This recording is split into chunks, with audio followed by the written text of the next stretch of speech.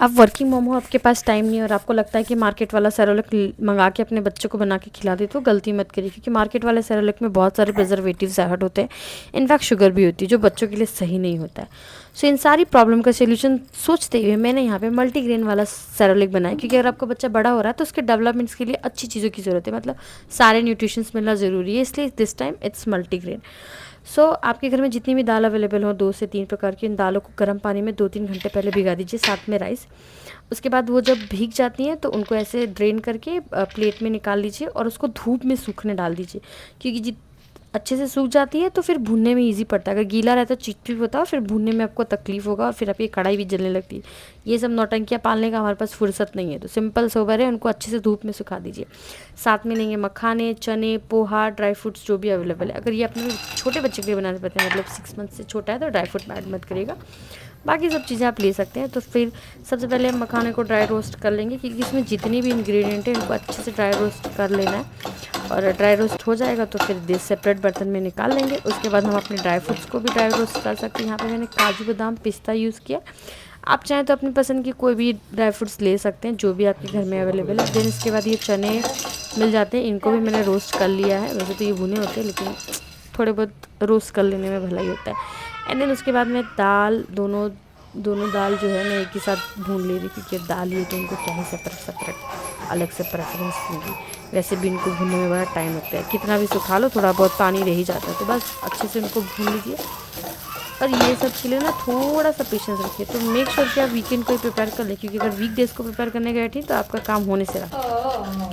अच्छे से इनको भून लीजिए और चलाते रहेगा कंटिन्यूसली, क्योंकि अगर आप छोड़ देंगे तो फिर ये चिपक के जल भी सकता है। सो मेक श्योर करिए कि आप कंटिन्यूस जल करिए, और जब तक वो ऐसे गोल्डन ब्राउन कलर के नहीं हो जाते तब तक उनको भून के एक सेपरेट बर्तन में निकाल लीजिए। अब जैसे कि आपने दाल को भून लिया है, वैसे आप राइस को भी भून लीजिए।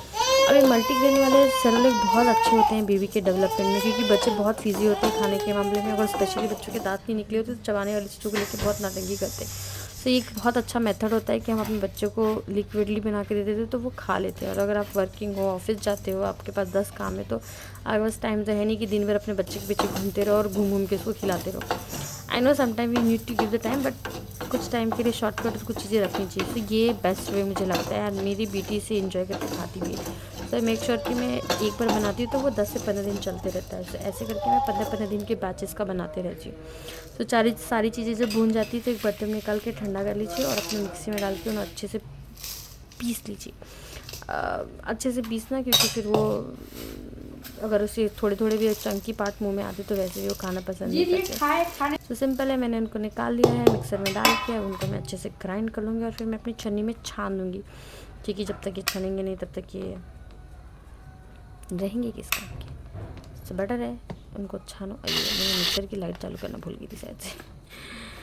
ठीक है, नेवर द माइंड, ओके। फिर उसको अच्छे से ड्रेन कर लीजिए और अपने बॉक्स में भर के रख दीजिए। एयर टाइट कंटेनर में ही रखिएगा।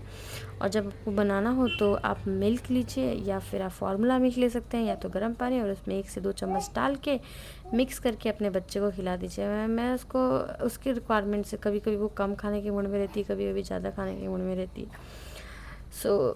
बहुत सॉलिड भी नहीं खाती है और बहुत लिक्विड भी नहीं होता, सेमी सॉलिड टाइप के कंसिस्टेंसी रही तो वो she enjoy. So I make sure as per her choices. आप अपने बच्चे की प्रेफरेंस के हिसाब से बना सकते हैं, और बस बनाइए और अपने बच्चे को खिलाइए, और मेरे चैनल को सब्सक्राइब